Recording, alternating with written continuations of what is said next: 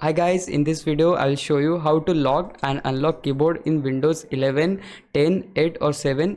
If you found this video helpful, please consider subscribing my channel and liking the video. First of all, if you want to lock the keyboard, what you need to do, just hold right shift on your keyboard for at least 10 seconds.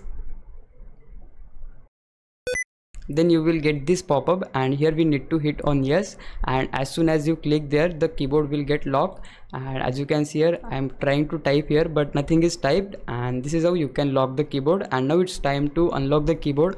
How you can do that? Similarly, you just have to hold right shift key for at least 10 seconds again.